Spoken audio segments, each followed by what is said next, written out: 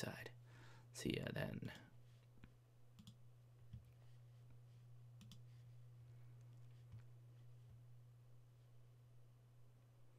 Good evening, everyone. Welcome to the Ham Radio Crash Course. We have a jammed-packed show for this evening.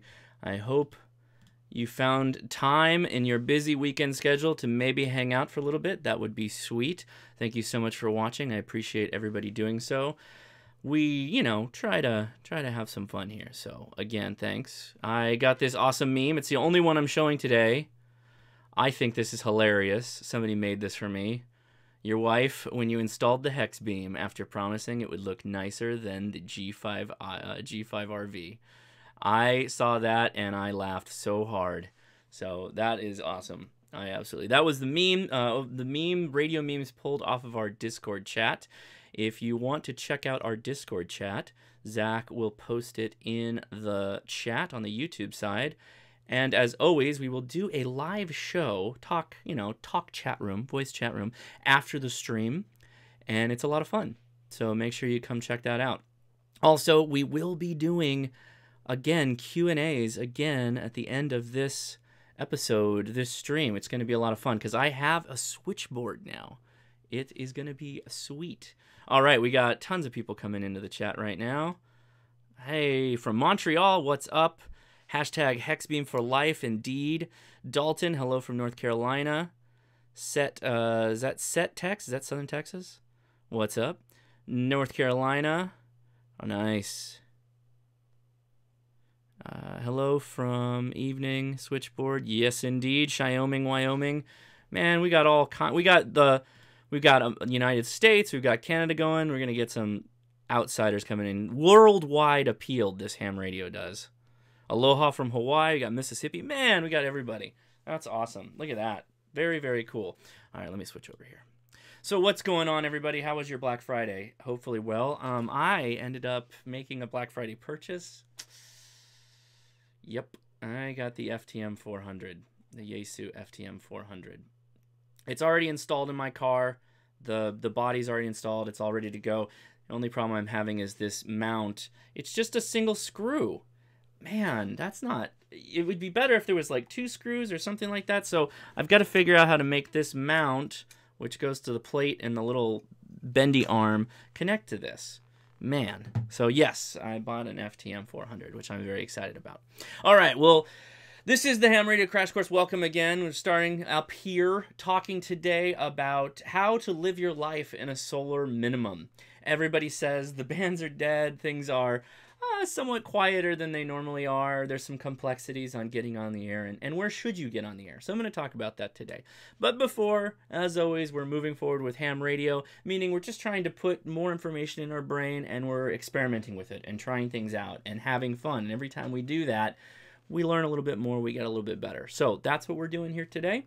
We're going to be talking about what the solar cycle means and how does it affect you. And what do you do to get around it and still be able to have a lot of fun on ham radio. So this is going to be a pretty wide topic. And I'm going to cover some of the science. And then we're going to focus on what you do. And so I have plenty of videos. You're going to see a ton of links. All the links are in the description that we're going to be talking about today. So if anything sounds interesting to you, just follow some of the links and you can get it that way. All right. So the big homework is, I'm going to mention this a couple times in the slides as we get to them, but make a Yagi. Think about going out and building a tape measure Yagi. It's really cheap, very inexpensive, and they're a lot of fun because they've got a lot of uses that we'll talk about. Okay, so we've got some Black Friday deals that I want to mention that are going on through this whole weekend. It's not just Friday. None affiliated to me at all, but I reached out. Actually, one person reached out. Hamstudy.org reached out and said, hey, we've got some sales going on, so the link's in the description. That helps out their site. I think that's awesome. So hamstudy.org, check that out. But the link is to their blog, which has all the information. Now, also, radiowaves.com said that they do a 15% off coupon for anybody using Hashnasi as the coupon code. Not affiliated to me. I'm not getting any money from this, but I was interested to see, because I was going through their website. I knew about the hex beam because I bought it, and I had their G5RV that I bought from HRO, but I started looking at it, and there's all kinds of really good beginner HF wire antennas in there, portable stuff, mobile stuff, all kinds of cool stuff. So check that out, radiowaves.com, and use the code HOSHNASI. Okay? In fact, I will make sure to put that in the show notes, but it makes sense. Just go to their website and you should be able to do that. Okay, so news. Hope you survived the ARRL sweepstakes. I posted a video on that. If you haven't already seen it, go check that out. Basically, how does contesting work? So that was a lot of fun making that. Oh man, we got all kinds of comments going on. Let's see. Very, very cool. San Diego's pretty lively on the airwaves. Yeah, it's been, we had an International Space Station passage just happen. So I was on the repeater trying to help people set up their APRS to try and work that digipeater. I will be on live through Skype to the Gloucester County Amateur Radio Club on December 5th. Their link website is w2mmd.org. I was on the w5kub.com live stream, which also goes to YouTube, which I got to talk about moon bounce, which was really cool, and my antenna spike. So if you haven't seen that, also go check that out. They stream Tuesday, 8 p.m. Central, 9 p.m. Eastern Time, so that's a lot of fun. Now, of note, something interesting, I did end up going through Teespring for stickers, and it integrates with YouTube. The link is like below my face, probably. This is the sticker. This thing is huge. I did not realize it was going to be this big. So if you want a big old ham radio crash course sticker to go on your car or whatever, this is awesome. It's on Teespring. The link is in the description if you're interested. I thought that was pretty cool. And then, of course, I've got the Amazon links if you are buying things for Black Friday or holiday shopping. I'd love it if you could use my link and have some fun there. Okay, fun stuff is over. Let's get that out of the way. I mentioned the Discord after chat. Yes, stickers. Okay, well, shoot, I almost forgot the most important thing. I'm so excited to get to the slides that I almost forgot Brew Crew. We have a barrel roll from Hangar 24. This is a Rubus Red, we're back to sour red ale with raspberries. I thought that this would be like some kind of stout or a dark ale, and it turned out, oh, it's a sour. Okay. Yeah. No bottle opener this time. I was not on Ham Nation. Somebody said Ham Nation. That's a W5KUB. That's not Ham Nation. Ham Nation is on Wednesdays, I believe. They have not invited me on their show. But I'd do it. If anybody wants to tell Gordo, Bob Heil, or any of the others, I'd gladly go on their show. Bring a little beer. Woo! Why do I do the sours for the live stream? Oh. I always think it's going to be light, but...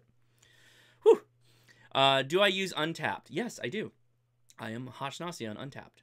So make sure to check that out. Okay, what else did I need to do? Oh, I will mention this. Oh, man.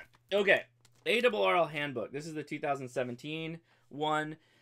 There is a 2018 one that is actually like a book holder and has separate volumes in it. This thing is a beast, okay? I use this a lot for the science-y stuff that we're going to talk about. I highly recommend you get a handbook. They're a little on the pricey side. I appreciate that. I think it's like $60, $70. But man, the information is good. It goes way above and beyond whatever you've read in any of the guidebooks or the testing books. So if you really want to add to the capabilities you have or have a reference in case you have a very specific question, check out the ARRL handbook. I do have a link in the Amazon on my Amazon store, so check that out there. Okay. Someone is... Oh, an FT991A in a week. Eric M. Right on. All right. No Bud Light pomegranate. No, I didn't even know that was a thing. Is that a thing? Oh, boy. Man. Okay, so... that's too early for that. Let's go back here. Why you start there? All right, hold on. There we go. Why did it start there? Okay, So again, we will be doing Q&As, so if you have any questions that come up, why don't you write them down or post in the chat, but the chat's sometimes difficult because I get busy and I'm not able to follow along. So, sun cycle, proof your life, revive your ham radio experience. So again, we are in a low sun cycle. Why is that? There we go. There we go. What is a sun solar cycle? Basically, everybody refers to it as sun cycle. It's a solar cycle. A sun cycle is a period of maximum and minimum activity on the sun that we measure via its sunspots at any given moment. So a maximum would be littered with spots all over the place, 100 in some cases at any one time, and a minimum is a bare, blank sun with no sunspots. Sunspots vary in size from 2,500 kilometers to 50,000 kilometers, which is huge. They appear darker because they are cooler. And there is a little graph there. Ooh, wait. Come on. There we go. There's a little graph there to show you what the sun saw. There we go. Come on. Come along now. There we go. Okay. Got it. All right. So why is this happening to me specifically, this effect of the sun on us? Well, the sun is basically flipping its magnetic fields every 11 years. They flip. And in the middle of that 11-year period is when you're at solar maximum. And that's when the most amount of UV radiation is being expelled from the sun and hitting us on Earth. This is a quote from NASA. The middle of the solar cycle is the solar maximum, or when the sun has the most sunspots. As the cycle ends, it fades back to solar minimum, and then a new cycle begins. Somebody said, I used to watch all your videos, and now it's just all radio talk. Okay. It's not, though. It's more than that. I still post standalone videos. I just did one on contesting. Why does this affect ham radio? Well, if we remember how radio waves propagate, particularly HF, when we are bombarded with UV, it causes ionization of our ionosphere. And that ionization, depending on if it's thin or thick, is basically what allows us to bounce our RF against the atmosphere, right? So the more the better, the less the worse. That's basically how it works. The more UV, the better, the less not as good. Less ionization, the result is less effective comms through the dissipation of RF, either passing right through or your power is absorbed and lost and you don't get that reflection you need. Let's see. The more UV means more communication, more effective layer density, and you can bounce further. And depending on your takeoff angle, which we've talked about in the tech training and general class license training, basically you can change your takeoff angle, which will affect how you bounce, particularly how dense the atmosphere is at a given location. All right, so what should you do? We're in a low cycle. What do? You either suck it up and deal with it, which I'll talk about with HF, or you play different kinds of radio. Playing different kinds of radio will allow you to try different things not so much affected by the lower UV radiation. Solar, oh, woo, man, that's sour. Solar cycle resistant radio. Guess what, guys? VHF UHF is a great place to go. A great place to be. If you have your technician license, you're already set up to do battle in the ham bands, of course, that you have privileges in, and you are not affected by this low solar stuff. So, here we go. Come on. There we go. What happened? There we go. It should be obvious VHF UHF is the go-to here because VHF UHF actually punches through the atmosphere. That's why we use it to talk to satellites. So the fact that we are in a low cycle doesn't mean anything. I will reiterate again, much of what we're talking about of the sun cycle affects our HF propagation. So if you don't even play HF, you're fine. You keep doing what you're doing. VHF, UHF, all that good stuff. Okay. So fun things to do. We're going to talk about these. Receive ISS beacons. My buddy just did that on the repeater. I was helping him out to explain it. Build a Yagi to do that. Tape measure Yagi is a good thing to do. Fox hunts. We haven't spoke much about fox hunts. It's something I want to do more of. But what do you need for that? Tape measure Yagi and an offset attenuator. And then long distance simplex. How do you do that? Build a Yagi. So I think up till now, if you have your technician, you probably have, you know, at least an HT, possibly a mobile, and maybe a base station in your house with some kind of external antenna for VHF, UHF. You're all set. right? That's a pretty standard stepping stone into ham radio is, you know, VHF handheld, VHF mobile, VHF in your home, and some kind of external antenna. I think that when you start playing with building a Yagi and playing with homebrew, it might start to percolate other ideas and kind of getting outside and doing a bit more field work, which is a lot of fun. So check that out. Okay, so make the Yagi. The links, again, for a lot of this stuff will be in the description again. Making a Yagi simple. It'll cost you less than $20. You need a Harbor Freight tape measure, which can be free. PVC pipe liberated from your garage or bought from Lowe's or Home Depot. You need 2 cross PVC connectors, one for the handle at the bottom, and then 1 T PVC connector, a screwdriver, the type hose clamp, 1 or 2 of those, and just a bunch of zip ties to hold the other elements on. Because remember, the middle element of a 2-meter Yagi is basically a dipole. So 2 separated legs with a hairpin match in the middle. And that's where your 2 pieces of coax go, your driven element and your grounded shielding. Okay? And then, let's see, bit of wire for the match, I already mentioned that, and coax. Oh, somebody's telling me those tape measures are $2 at Harbor Freight. Yeah, well, they're free sometimes with the coupons. I'm reading some of the comments here. First Amendment. Yep. Okay. Work the ISS. So we had a pass. It was beautiful. The sun is full. I'm sorry. The moon is full. And so I was able to watch the ISS pass right overhead. It was a really nice 80-degree pass. And I had a buddy on the repeater I was talking to, and he was working with his HT and his Arrow antenna, and he was decoding the APRS beacons. He forgot one piece of crucial information. If you're going to do this, you need to set the digipath to ARIS. ARISS in the APRS path. So I have links. Those links are in the description. Basically, with a Baofeng APRS droid on an Android and a cable to interface with it, you can downlink ISS APRS beacons, and you can also transmit to it, which is super, super awesome. So, and that's, yep, and to your phone, yep. And the ISS, so it's passing over Washington soon, Oregon area. So if you want to try and listen to it, it's 145.825.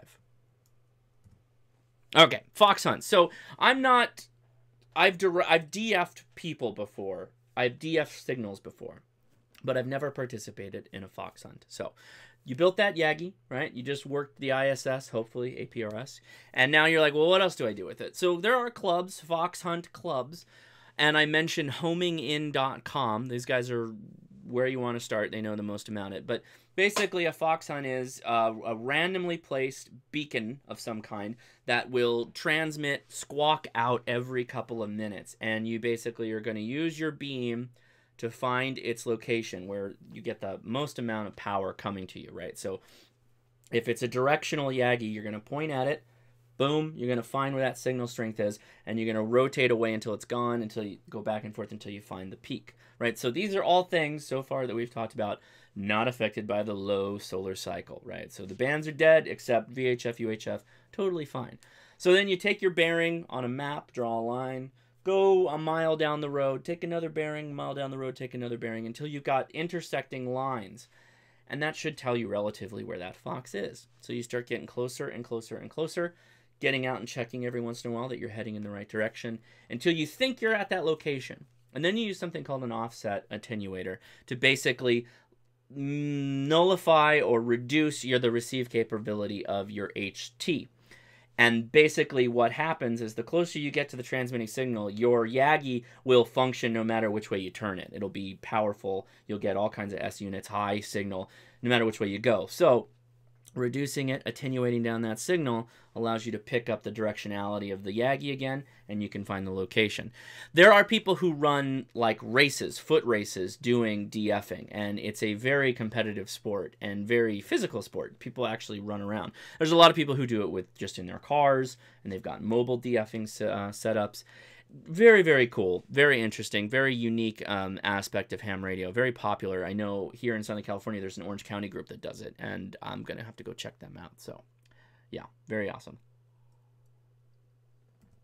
And Say No to Kilo says, this is how FCC tracked down pirate radio. Yes, it is. And Kaz Blockle, does the FCC even try to locate pirates anymore? I mean, I'm sure they do if they're messing with public safety or FM broadcast. They do. They actually do. They not only DF, but they actively listen and record. I know an FCC field agent, and he has many receiving radios that he has other FCC agents use that work for him, and they spend a lot of time listening to the air. So yes. Carol Minx Blanton says the clubs here are silent. Yeah, so we'll get to that. This may not work best for you if there's not a lot of people doing fox hunts in your area. It could be tough.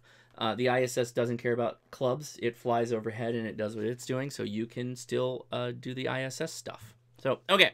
Long Range Simplex. I know this is a picture of me and Jerry out on the peak we did on Soda, but Jerry dragged a J-pole up that day. And he did a remarkable amount of context just on VHF UHF. And if he had a Yagi, he'd do even better because he can point it directionally where he wants to go. You can do a SOTA activation just with VHF UHF. I don't really recommend it because you're limited to maybe 100 miles or so with a decent Yagi. But you can do it. If you're in a populous area, it's probably fine to do it. But still, good to know. And having a Yagi on you, not a bad piece of kit. Okay, and of course, gotta mention, digital modes, digital voice. I just bought my C4FM mobile here that I'll be using for Yaesu System Fusion. Digital modes are great in the low sun cycle because you don't have to worry about being on the HF bands. Sure, you're piggybacking on the internet, but you're still talking to people. You're still communicating via a radio. And I know there's a hotspot in the middle, which you see pictured is actually my Zoom spot in a little protective case.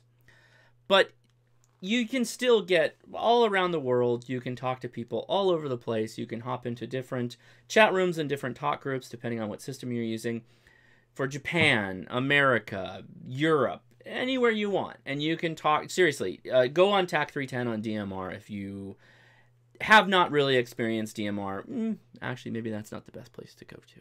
But you can pretty much get all over the world and make some really cool contacts. It's not, of course, the same kind of contact because you're not putting up wire and making a one-to-one communication, but it's still people that are interested in radio. So I feel that at least part of your time, check it out, explore it, see if it's something you might be interested in. As always, we have the Ham Radio Crash Course Brandmeister DMR talk group on 31621. Zach, if you are in the chat, and you have, I think you've posted the Discord already, but I forget, is it 6 p.m. Pacific? So would that make it 8 p.m. Mountain or Central Time? Yeah. TG91 is cool too. There you go. Zach is my William Blanton. Thank you so much. No question. Just want to support Baofeng, man. Thank you. I appreciate it. Zach is kind of like our DMR guru, and he will be in the after chat. So if you have any DMR questions, come to the after chat, the after voice chat. You don't actually have to talk. You can just join the voice chat, mute yourself, and then you can type in the chat room and we'll answer your question. But he's the guy. Oh, there you go. Normally 9:30 Eastern. So we do a net every Thursday on DMR, and you don't have to have HF radio to do that. You just need a DMR radio. In fact, you can use just about any digital voice radio as long as you have a hotspot. The hotspots, I can go from Yaesu System Fusion to DMR and vice versa, and they work pretty well. So if you are interested, check out 31621. Okay, so solar cycle resistant radio, we just talked about VHF UHF, completely unaffected, or maybe affected a little bit, but you're still having a lot of fun. Well, what if you like HF, as I do, and it's one of my favorite things. Seriously, I love HF the most. I think it is my favorite thing. Really doing a lot of these videos to try and inspire you guys to get to general so that you can have fun on HF. And man, there's a lot of fun to have. So let's dive right in. All right, just know going in. Okay, so let's put our science hats back on. Low solar cycle means the high bands will likely not function most of the day. and sporadically when they do. And at night, forget about it. So basically, I'll get to it in more detail, but anything like 6 meters and 10 meters and all that stuff, not really going to work out very well for you. Okay, so consider 10 through 17 meters as a hope and see band, and it's not wait and see, it's hope and see. When they are rarely open, it will be temporary and during the day. 20 meters will be usable throughout the day and will likely cease after good temporary propagation after the gray line. Gray zone, Zach's already stealing my thunder there. Gray line, gray zone is possibly the best time to work 20 meters and 40 meters and basically any of the bands. It seems like if it was a wall and you had just RF that was coming at you too high, it seems to hit the gray line and just boop, plop right down on you. It just draws in all this RF and it seems to just splatter your RF out in just amazing ways. Almost every one of the high bands on the gray zone I've had really good experience with. Like if I'm working at DXpedition, I'll either wait for my gray zone or their gray zone to try and reach them. And I've been able to get a couple of contacts with the most recent Pacific DXpeditions. And 40 meters and lower will be your evening bands, with most single sideband congregating on 80 meters. Remember, a good wire antenna is all you need for 40 and lower, right? 40, 60, 80, and 160. What did William say? Somebody said, good point. I'm sure they do. Oh, that is a good point. Hit that like button. I appreciate that. Thanks, everybody, for hitting the like button. So let me break down the bands and give you a little bit more detail because there are some things that are possible, which we'll talk about, mainly sporadic E. So in the low cycle, the F2 layer of the ionosphere is directly impacted by UV radiation emitted by the sun. The lower the UV, the maximum usable frequency, the MUF, will be day or night. Okay, so if we have less radiation, we have less ionization, and the maximum user frequency capable for long-distance communication drops. What's 6 meters? 50 megahertz, and 10 is 28, etc., etc. Those high bands, we call them high bands because it's high megahertz, high numbered megahertz bands, they will not work. They will not work in a low F2 radiation cycle. So the MUF, which I will explain, is very low. Talking 20 meters and lower during the day in some cases, and well below that at night. So 6 meters, daytime only, sporadic E capable, which again I will mention because that's one of the modes you can play with. It's 300 to 2,400 miles sporadic E on 6 meters. Pretty awesome. You can do meteor scatter, which we kind of just went through the Leonids last weekend. I don't have a video up for meteor scatter, but there are a lot online. And we just did one with K5KUB where we covered antennas with somebody who knows more than me, covered antennas and many other things. It was really, really good. I had a lot of fun. They talked about meteor scatter and they talked about EME, which is moon bounce. That was very cool. That was stuff I had no idea. So in a short 30-minute talk, I felt like I just attended a class that was just focused on this. So if you can, K5KUB on YouTube, go watch the last show that I was on. It was very good. And somebody, William Blanton says he watched it. It was very good. I was very impressed. Pat, I believe, did the talk, and it was awesome. Yeah. Ham radio concepts. Last summer, I worked 10 meters until 3:30 a.m. with many other hams on the East Coast and South America. Absolutely. And there will be a slide, I believe it's next slide, that I talk about this.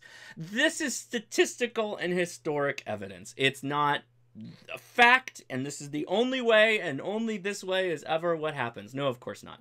We had, about 2 weekends ago, we had an amazing opening on 10 meters, and we were killing it up and down the North and South Hemisphere, North and South America. It was awesome. So, yeah, absolutely. Things open up all the time.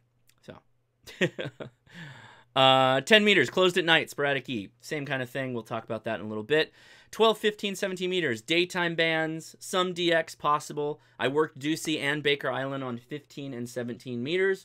It's totally possible, and those are nice little chunks out into the Pacific Ocean. And 20 meters is decent during the day and effectively dies out after gray line. I use 20 meters the most on soda activations. It's my primary go-to band, and I feel it works very well. In fact, I was a chaser for 2 soda contacts today. Yeah. So break down what bands to use when. Further continued. 30 meters, I have found that it's pretty good dusk till dawn. And for me, Pacific opens up at about 11 p.m. And that's where I get a clear shot to Japan. And I can work them on FT8 digital modes very easily. 40 meters, good prior to dusk and into the early night. 40 meters is kind of a tricky band because it can work the entire night. In fact, I woke up this morning, it was 9 a.m. when I got to my radio, turned the 7300 on, and 40 meters was still working. So it can work way into the morning, and that's fine. We'll talk about that when we get to the muff, because we got to talk about the muff. 80 meters is good, and when it's good and dark, the band seems to open up, and it's most usable on single sideband for rag chew. That seems where be a lot of people congregate. And I will be honest, 160, I do not play 160, so I don't know. Historically, good at night, and specifically during winter conditions. So, so how do I confirm this? All right. So let me go back a step, because I don't know where that slide is, but I think it's coming up. Everything I'm mentioning is historic based off of seasons, historic based off of the low sun cycle, etc. It is by no means an excuse, because now I know I got Eric in the chat, it's by no means an excuse to tell people the bands are dead.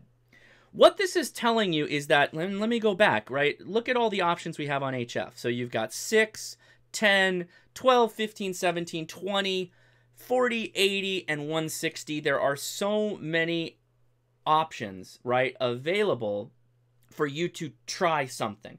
For some given period of the day, you should be able to find some kind of activity. It may mean that you have to branch out from just single sideband. There may not be any voice calls going, but there's probably tons of FT8. Or there's possibly CW. In fact, I generally can find CW pretty well on most days, regardless of the condition.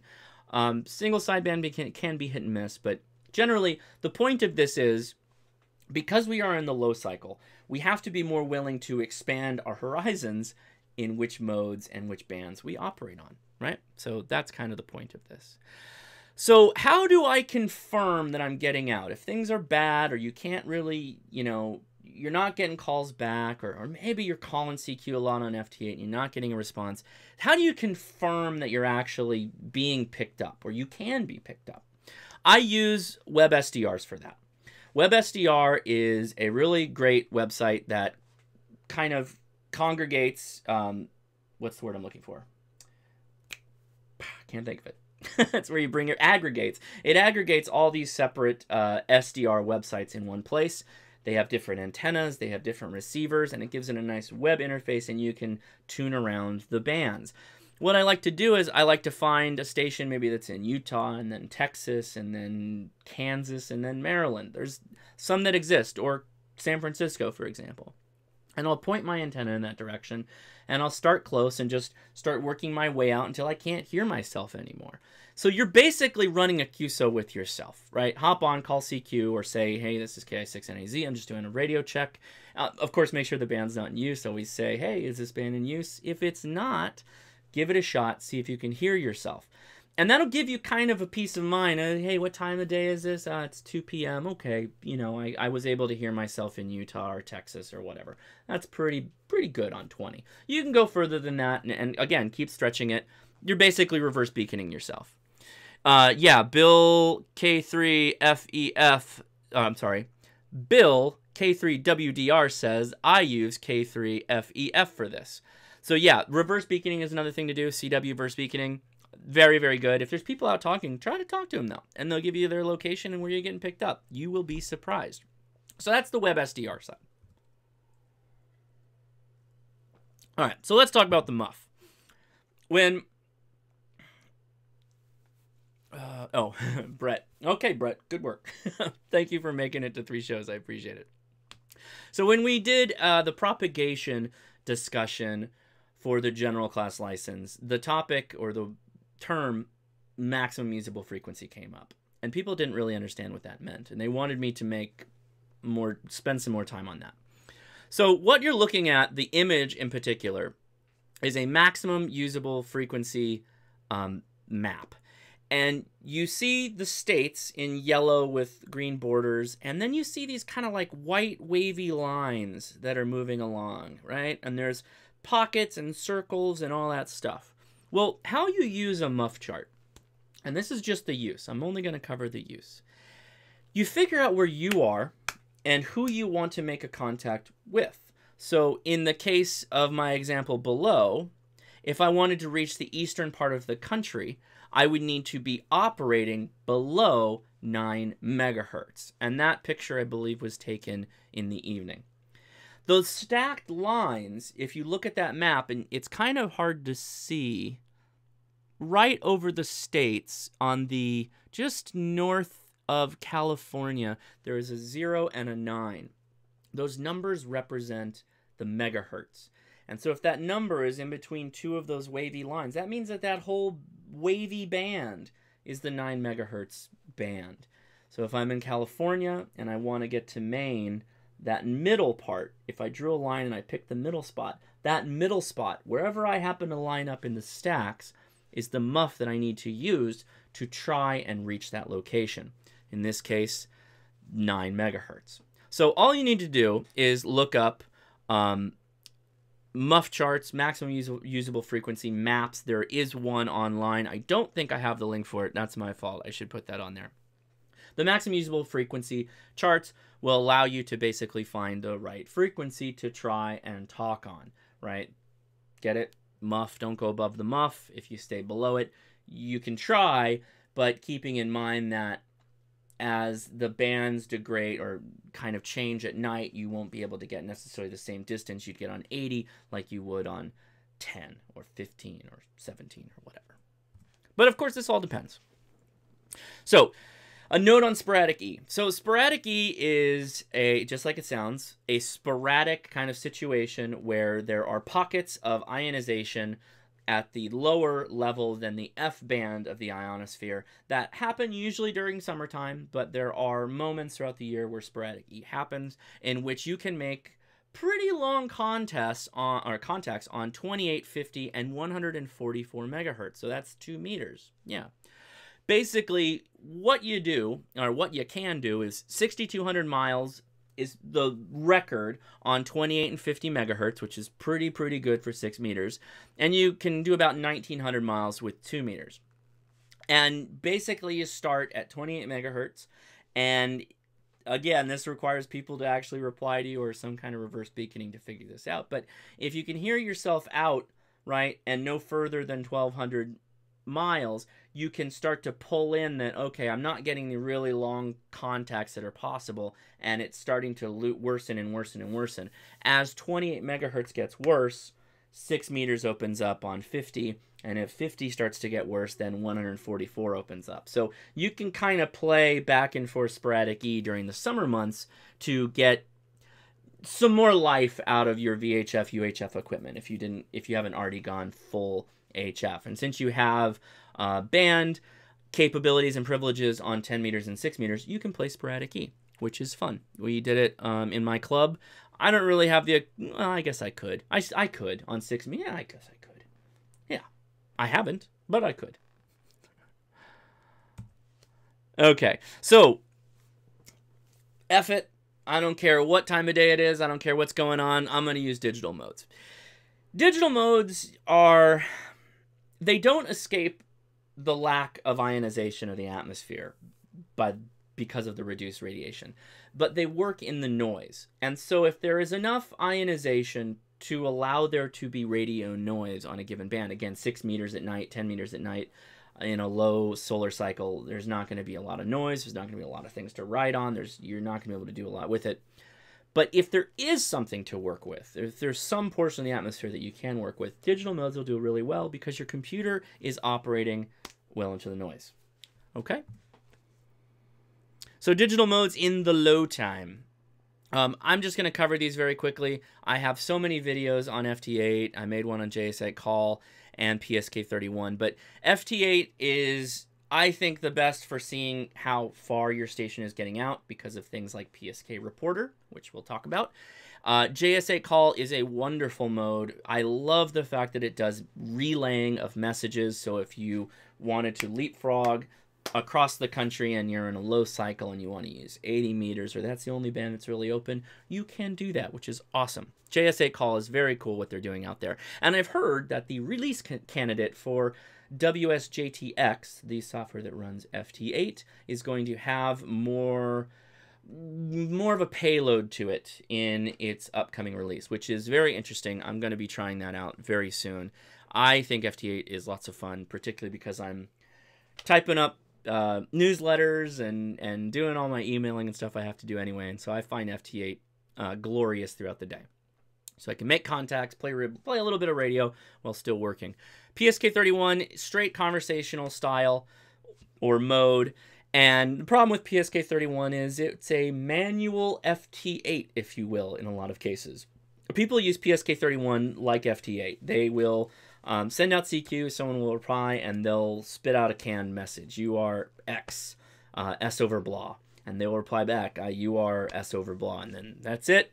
Silent key. That's what I've found on PSK31. I think I've only had about 5 to 10 real conversational style discussions at PSK31. All of them seem to focus and devolve into just let's get this contact over and get the next one going. So, what did Ham Radio Concept say? I worked an Antarctica station by accident years ago. I had no idea who it was until I looked it up. Wow, that's very cool.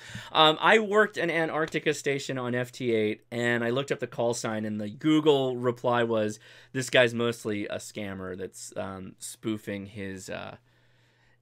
you got YouTube on Roku chat on American. I don't know what that was. What is that? Yeah, he was basically a scammer. He wasn't actually in Antarctica. I was bummed. I was like, I worked in Antarctica, yeah. And it was not true. Okay, so FT8 reverse beaconing. This was this morning. On one good argument for FT8, I think the best argument, is that you can figure out how you're doing, how you're getting out, how you're making contacts, etc. And this ability is largely facilitated through pskreporter.info. And it allows you to basically type in any call sign, including yours, and it'll show you who's picking you up or who's picking them up. And it'll tell you what relative dB you're at, because FT8 is a low power mode, so you kind of want to keep the power output low. Unless you're trying to smash a DXpedition or something like that, then you can crank it up a little bit. But I use this. I love this website just to be able to see how I'm doing. You know, you think, boy, the bands are dead. Well, no, because here I am, that's 20 meters, and I'm all over the eastern seaboard. In fact, that's all I'm hitting, kind of the hex beam. Hex beam on 20 really just throws bombs. It doesn't have local comms. It only swings for the fences. That's all it does. You can see that I can get both east and then way north. Well, I did rotate the beam, so that's a bit interesting. There's a bit of a visual representation. I was facing Maine in the morning, and then I rotated at about that same time. Very cool. Is that it? Is that it? I think that's it. Okay, that's it. Very, very good. Oh, no.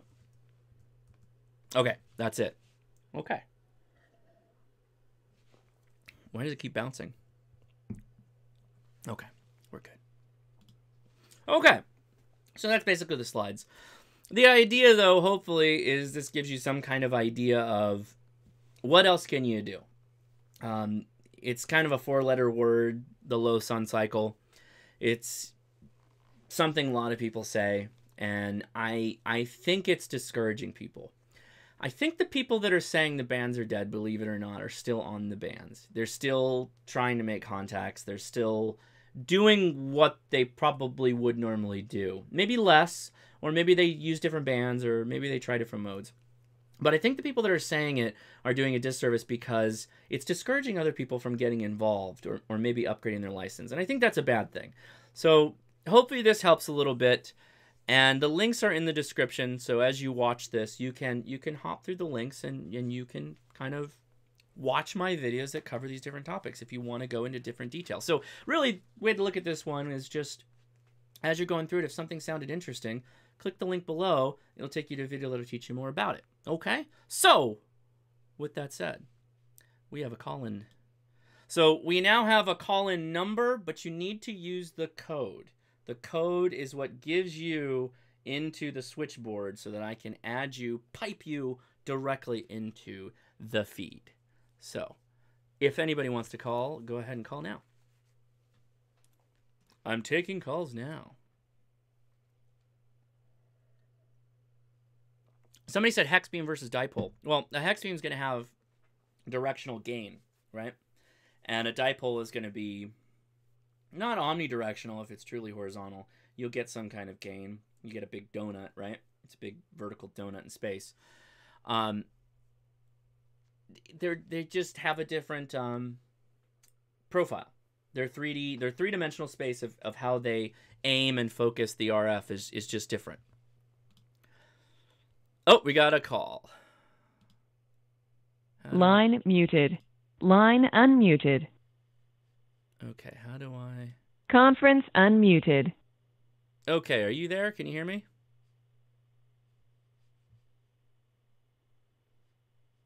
Mm-hmm. Oh, it's me. That's not it. Conference muted.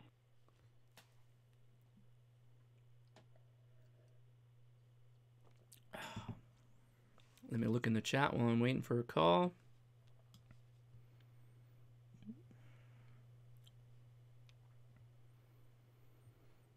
KC4 USB Antarctica. Was that the station? That's pretty cool. You guys worked. Hey there, sir. I've been watching your videos over Thanksgiving break. I've been ramping up to do soda, and I'm very excited. That's Byron Dempsey. Oh, there we go. We've got somebody. Caller, how are you? Hey, what's up, Josh? Who do we have? It's Reaper. What's up, man? Hey, how's it going?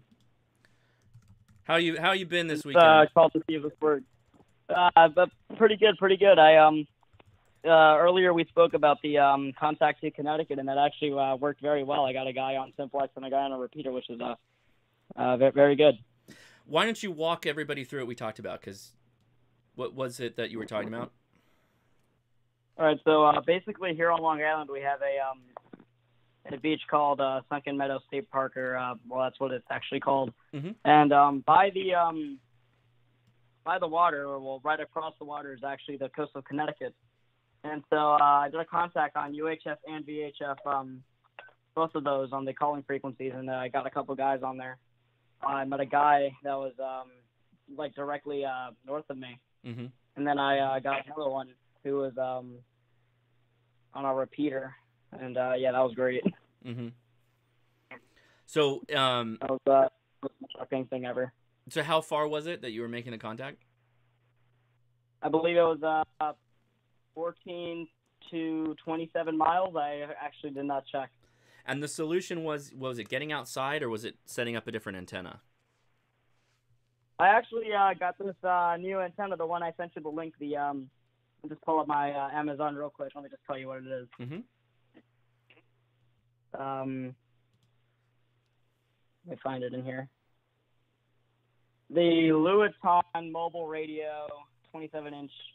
The one I sent you in the Discord. Yep. Put that on my vehicle, and I started transmitting, and got great reception all the way to Connecticut, and that was great. That's awesome. Very cool. Yeah. Okay. Did you have a question, or was that it? No, I was mainly just calling to see if this actually works, and you actually answered. So yeah, what's up, man? Yeah. Honestly, you're the first call using this this switchboard. It works pretty well. All right. Yeah, I'm gonna let someone else answer this call. Okay. Take it easy. See ya. All right. All right. Let me go down to the chat here, catch up with what's going on. Okay, so the line is open again for anybody who wants to call in. It's really easy. You just call that number, and then you just, when it mentions, do you have a call-in code, you use 132733. Very easy.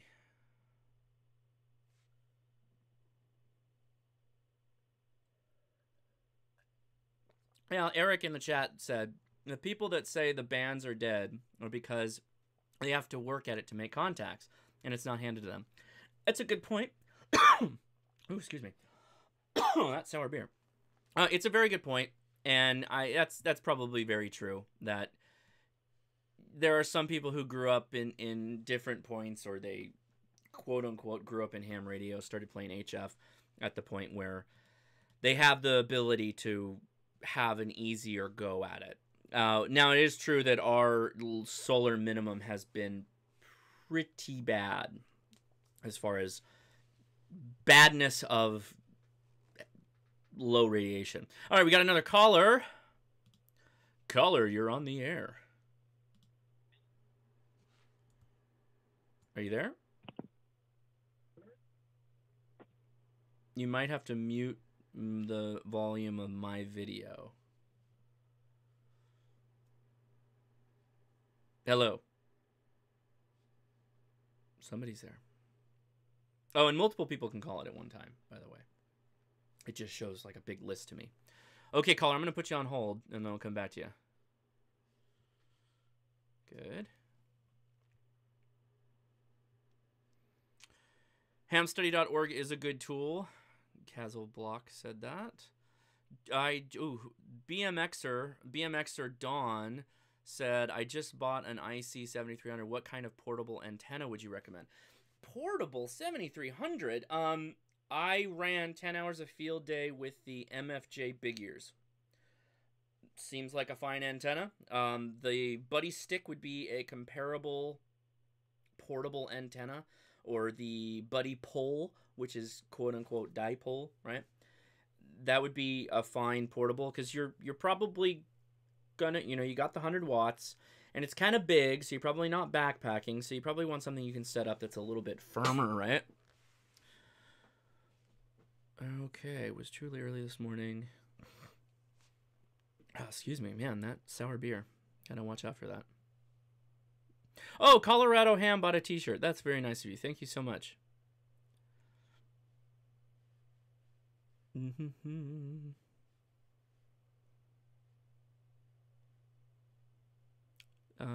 Dipoles are horizontally polarized if oriented horizontally.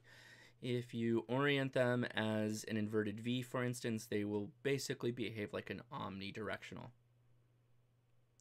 Vintage J must have came into the chat late because he asked, did you get any ham gear today? I did. I bought an FTM 400, which is a Yaesu radio. And the radio is already in my car. It's already mounted, powered, and everything. It's this screw in the back. I've got to go find my hardware for it and give it a go. Try and fix it up. All right. Well, we're coming up to the end here, so if we don't get any other calls, that's okay. It is the holiday weekend, and I am been pretty busy, so wanted to still do a chat, but couldn't pull out all the stops like I normally do. But if you have any questions, come now. Phone number is above. Yeah, I'm with you there, Eric. Yaesu needs to get their crap together, or they're going to sink on Fusion. Although I have thoughts about that. I think I mentioned it last week in the Discord chat. It's not VHF Betamax. I think that the companies will just be like, all right, you don't like my mode? That's fine. We'll just keep. We're not gonna pay for DMR, or we're not gonna license D-Star. They'll just be like, okay.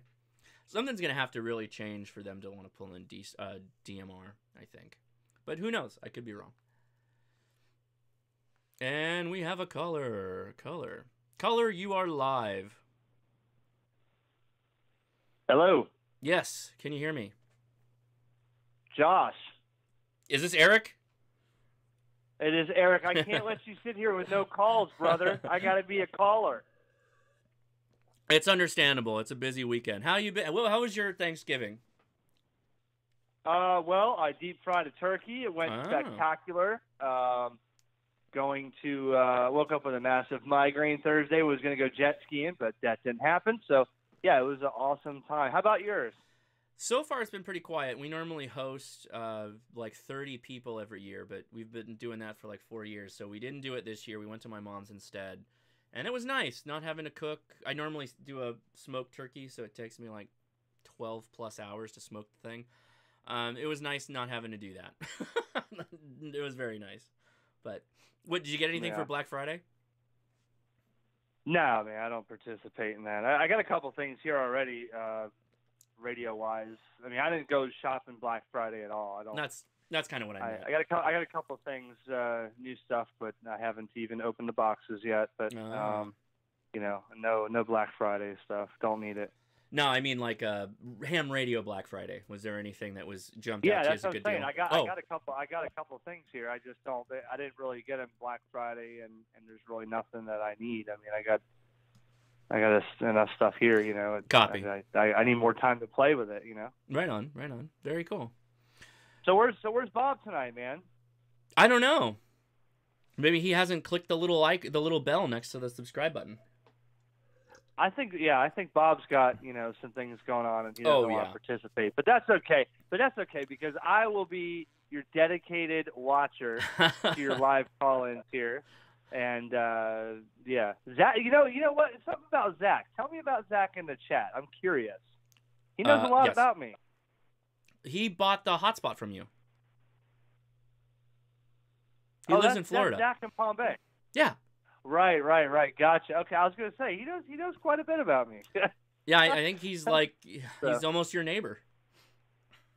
Yeah. Yes, he is. Yep. Not too far away. Mm-hmm. Very cool. Well, I'll let you get to it. I just wanted to, you know, of course, be a call again. Again, I'm here supporting your live stream. You know, I got dinner to eat and I got a beer to finish and all kinds of stuff to do. But, you know, that's how YouTube goes. You click on stuff that pops up on your screen and you end up sitting there watching it. And the next thing you know, it's 1 o'clock in the morning. So you are up, you eat dinner late. Yeah, I eat late lunch and then I eat late dinner. It depends. Mm-hmm. Depends on what the wife has on her plans. If she wants to, you know, do something early in the day or early in the evening, then I'll eat. But sometimes, you know, I'm just doing whatever. I mean, that's, you know how it. Well, I don't know how it is for you. For me, it's work all day, come home, and then play ham radio, make YouTube videos. So it's like, you know, I go to bed at midnight, 1 o'clock in the morning. You know. Yep, that sounds about right. That sounds about right. It's a little, you know, it's time consuming for sure. But if I eat too early, then I'll be hungry before I go to bed. So I don't get hungry. That's true. It's good. Unless you just eat a little earlier and then you have a couple of beers to keep you full. So let me ask you. So instead of just talking or whatever, let me ask you a question then for the viewers that are watching and trying to learn on your channel. Sure. How do you feel lately about Yaesu? I made the comment. You responded to it in the chat. Yes. I just feel that. I maybe we talked about it when Bob was on the air. I think we did a little bit. They really need to. I feel they really need to start moving on some stuff or get their. You know, I mean, I was a Yaesu guy for a long time. Yeah. And I was you know, I swore I'd never use anything with Yaesu. I love Fusion, but what you said, you mentioned something about that. So tell me what you mentioned about it, because I have a Fusion radio. Yes. I was thinking, will I ever buy? Yeah, that FTM 400 is nice. Mm-hmm. And it's a cool rig, but why would I even want to buy that at this point?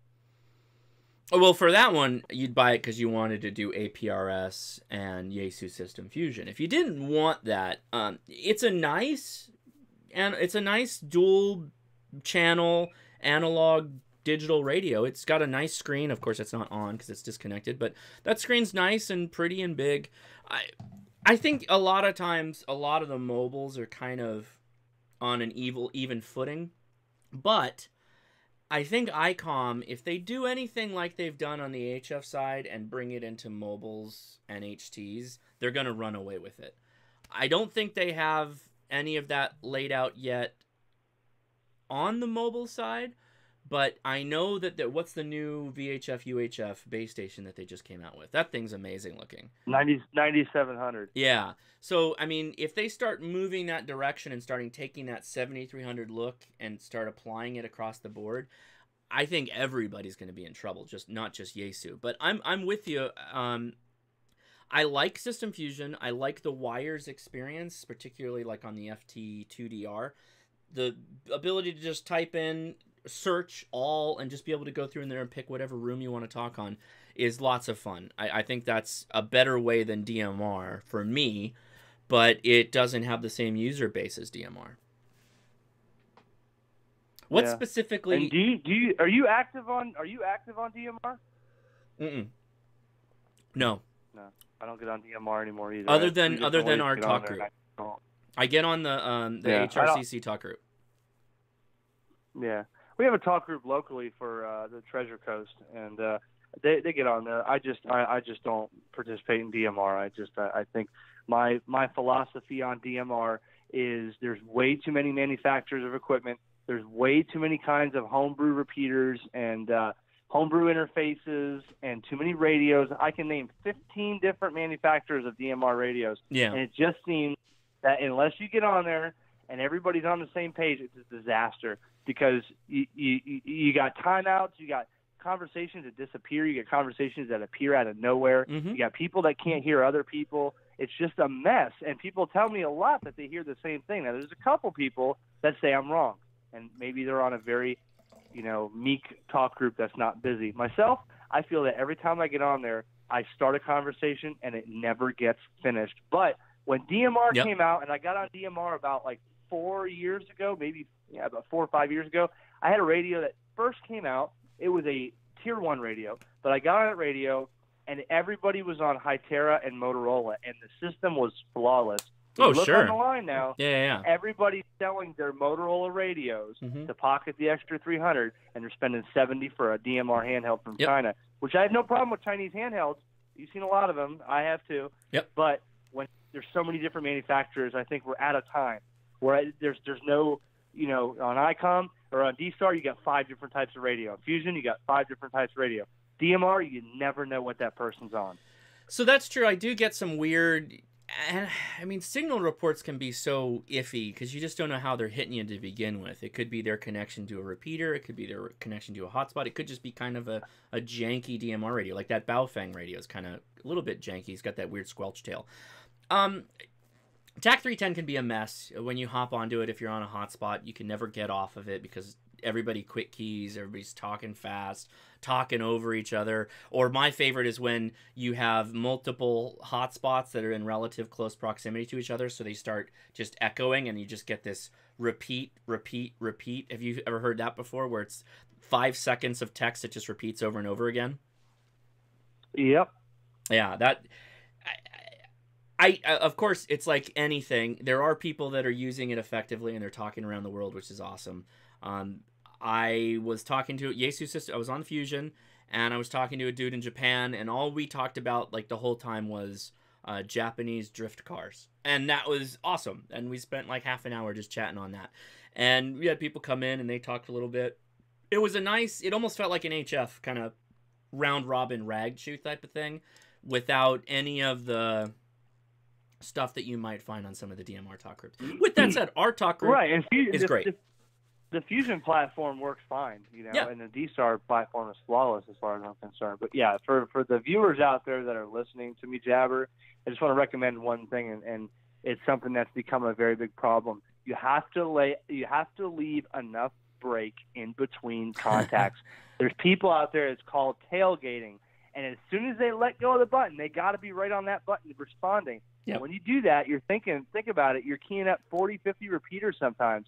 And if you're not letting enough break for those repeaters to drop, that's when conversations disappear. That's when conversations reappear. Some things time out. You got to let enough break in between so that people have enough chance for repeaters to drop and to listen. That's just a fun fact, because I think that a lot of people are not doing that, and it's causing a big problem out there. That's a legit problem on VHF UHF repeaters, aside from the fact that most repeaters get to a timeout point, and if you don't, so if you key down and you start talking and you let go and someone keys up before the repeater can unkey, they're still on the same timer of 2 minutes or whatever, so they'll hit that timer and the repeater will just stop, right? So that's a real thing that happens on analog radio too. I know on my repeater we got a lot of quick keyers, and they come across and they sometimes get called out for being kind of jerks. They're hogging up the repeater and not letting anybody talk. So that's a real thing. I think that's a universal radio thing. I get people that do that on HF. On sweeps, people were doing that. Yeah.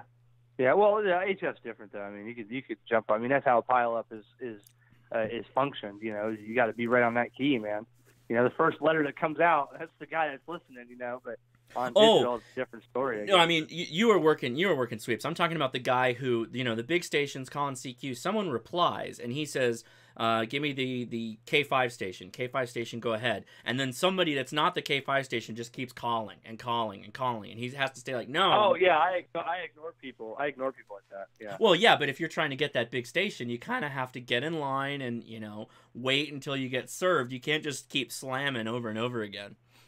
Similar. Right. Well, it's like when I've had a few 6-meter pileups in my day, I've had 4, 5, 6, 8, 10 people calling, and there's always that guy that when everybody's done calling, and I relay back, you know, back to him, okay, the Whiskey 6 station, then the next person, he's got to jump in there, W4 XLV, like, okay, well, we're not calling for stations, but he's trying to get it when I can hear him, and I will ignore him every time until he waits his turn. That's not fair to everybody else. No, you know? Yeah, and that's a good way to do it. Yep. Well, I think it was Zach asked in the chat if you're going to go over to the Discord after. Oh, he said no. No, I won't be there. Never mind. I'm reading your reply. But I won't hold your video here. I'll let you go. No problem. I appreciate you calling in. I had, you know, I can't say you ever called into mine, but then again, you took this idea and ran with it, and I figured I'm not good at it, so I'll let you continue on. Now it looks like you got a dial-in code for conferencing. You got it all set up right, man. When did I didn't call in, but I think I was in the chat because I was watching I was watching on my TV. I was babysitting not babysitting, but I was watching my kids. You only can do texty, voicey stuff when the kids are busy doing other things, so I wasn't able to tune into that one. That's okay. I'll forgive you this time. I accept that. Notes for, you know, late tardy notes, sick days, stuff like that. I accept all those. You get a rain check if you need somebody to call in and banter for a while. I'll be happy to do it. All right, man. I gotta get out of here. 7-3. All right. Have a good weekend. See ya. Yeah. Okay. All right. There's Eric. That's Ham Radio Concepts. If you guys didn't know that, but I'm sure you did. All right. So I've got. Let's see. I'll take one more caller, but I'll only wait 2 minutes. So your call. If you want to call in, call now. Otherwise, no big deal. And in fact, I'll leave the screen up, but I'm going to go ahead and do my Patreon call out, because if it wasn't for the patrons, we wouldn't be doing this. At least we wouldn't be doing this at the volume of continually producing videos, trying out different things. Hardware alone, the services, these weird little subscription services I've had to get to be able to put content out on the stream is hilarious. So that wouldn't be possible. And I'm trying to clear my throat with the sour beers.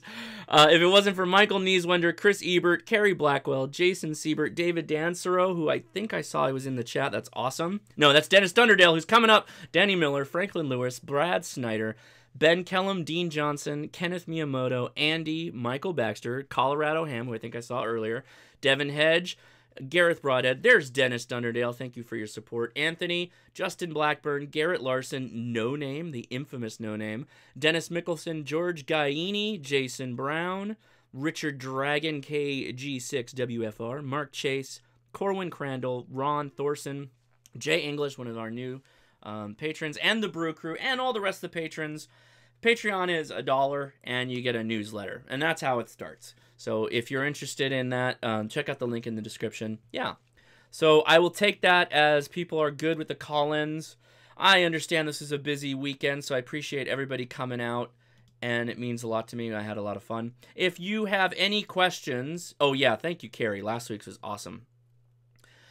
Carrie is probably with her family. She just did that one interview. I didn't think about making her a co-star, but I'll float that idea off to her, and we'll see if we can work something out every once in a while. That'd be fun. Oh, there she is. Carrie, I think people want you to be a co-star. Oh, Zach's posting the phone call. Well, oh, because it's not there anymore, is it? There it is. Man. Okay, there's the number.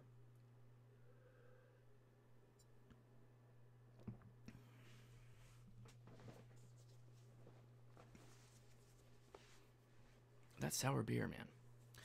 This is not that good of a beer. I mean, it's a decent sour, but I mean, it's an okay sour, but I wouldn't get this again. Oh, they only made 3,100 of these. Oh, we have a caller. Caller, you are live. Hey, Josh, it's William. Just wanted to be your last caller for the night. Oh, there you go, William. Sounds good. What are you up to this weekend? Not much. Had a good Thanksgiving. Very good. I probably should mute that. Yeah, hang on. Let me mute this. I do have a question. I Sure. asked in the chat, and a couple people give me answers. For the dipole, is it better to mount it vertically or horizontally? Horizontally. Okay, so I need to move mine. And then you said the other night, you said as high as possible, right? There is an upper limit of height, but you probably won't find it for a while. But yeah, the higher the better. I'm about 20. I'm at about 25 foot right now. Higher than that would be better. Okay, I think I can go about another 10 or 15 with the cable I've got. Oh, good. Yeah. If height is no big deal, try to get at least a quarter wavelength off the ground. Okay. Yeah, and that'll it'll give you different takeoff angles so that you'll have better propagation. All right, cool deal. Yeah, and the so no more is asking the same thing I am. What would that be? One quarter wavelength. One quarter wavelength up, at least. So 144, a quarter of that. Oh, you're talking about a 2 meter dipole. Yeah, it's 2 meters 70 centimeters. Oh, you're fine at 25. Oh, okay. Right, because well, I mean, I can go higher. I mean, should I go? I guess that's what I'm asking is, should I go higher? You can. The important thing to keep in mind about 2 meters is it's a line of sight. So the higher you go with a dipole, particularly for 2 meters and 70 centimeters, better line of sight to your intended contact, your intended location. Okay, yeah. Well, so higher here would be better. The tree lines like it. I think about 35, 40 feet. So trees have an effect, but not that big of an effect. Okay. Yeah. Invis below 30. NVIS is not going to be something for you though, because you're talking about VHF UHF. NVIS is only for HF. Right. Oh, okay. Yeah. Okay. It's actually a good one. A motor to move it up or down. Yeah, we're trying to get Josh to do that hydraulic Higgs beam. Yeah. Go ahead and send me one. Yeah. All right, I'll let you go. And, okay. We'll see you on Discord. All right, take it easy. All right, I think we got another caller. Yep. Okay. Do we have a caller? Is this a caller? Yes. Who is it? How are you doing? Good. Jason Brown. Jason Brown, how are you doing? Good. I'm late to the show, so you probably already talked about this. I'm curious why you chose the Yaesu Mobile over the Icon. Because I have the FT2DR. And I don't know how to do it yet, but I have a feeling I could probably use the mobile to interface with my FT2DR. Gotcha. That's all I was wondering about. Yeah, I'm not. I don't think it's there yet, but I'm told that they're coming out with a patch for the FT2DR to turn it into like a hotspot. So I will be able to hotspot through my FT2DR into the FTM400, which would be sweet. Awesome. Yeah. So what did you do this weekend? Absolutely nothing. Nice. Sounds good. I loved it. Yep. Yeah. I bet. Cool. Anything else? That is all. All right. I'll send you a message. I talked to you about that new Elecraft antenna. I finally got it in. Ah, so have you tried it yet? No, I just got it 2 days ago. Yeah, I saw play with it this weekend, and then I saw the pictures of it. It looks awesome. Yeah, I'll like I said, I'll shoot you a message and I'll let you know, and then I'll send it on over to you for a little tryout. Oh yeah, I forgot about. Yeah, no, I would absolutely love to try that thing. That sounds amazing. Yeah, that'd be sweet. I'll think of a peak I can go run to really quick and do a soda activation maybe with it. Right. That would be fun. Right on. Okay, well, I'll let you go. I enjoyed talking to you. All right, take it easy. See ya. All right, bye. Now that I'm looking at the chat, somebody brings up a good point. NSIXVL 2-meter dipole polarization depends on other station, traditionally vertical for FM and horizontal for single sideband. That is a great point. So if you're using this for FM, which you probably are, you don't really want a dipole. You want a vertical, which is great because you just put that at the top of your mast and you're done. Cool. Okay, it's 8:13 right now, so we'll call it a week.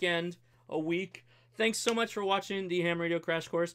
This was a busy week, so we'll be back at it again next week. I've got some fun stuff coming up, and we've got patron picks first weekend in December, first Friday in December, so that's going to be awesome. The polls are going to be going out for the patrons this weekend, so be on the lookout for that. Okay, guys, I'm heading over to Discord. Why don't you head over there, too, and we'll continue the conversation. All right, take it easy. See ya. Oh, wait. We have another caller. Okay, I'll do this. One last one. Who is this caller? This is David, KG5, UBB. What's up? First of all, I was curious if you got my email. KG5 UGB, you said? Yeah. Okay, I might have. What is it about? It was about the classroom presentation from last live stream. When did you send it? If you didn't, that's okay. I can resend it. But I thought I did have a question. Did I send you the link? No, I didn't get a response. I think it might have just been an error on my part. Do you want me to send you a new email? Yeah, you just want a link to the slides, right? Yeah. Yeah, no problem. Okay, I also did have a question, or I guess an idea. Do you think you could do a video on how a video is made and what goes, what the process is from an idea to a video on the YouTube channel, and possibly what you do for live streaming? Because I tried live streaming for some of my clubs and nets and stuff, and my internet speed is so abysmal that it just doesn't work. So I was curious if you had any tips, ideas, and suggestions. I think that might make a cool video. It's going to be a short video. Have FiOS. Honestly, the reason why I can do this and the reason why it works out is because I have FiOS. And, Bob, he tried streaming and he has he has less internet bandwidth than I do. Eric did it. He did it fine. He's down in Florida. He probably has FiOS too. That's just what it is. It's just the FiOS, to be honest with you. Yeah.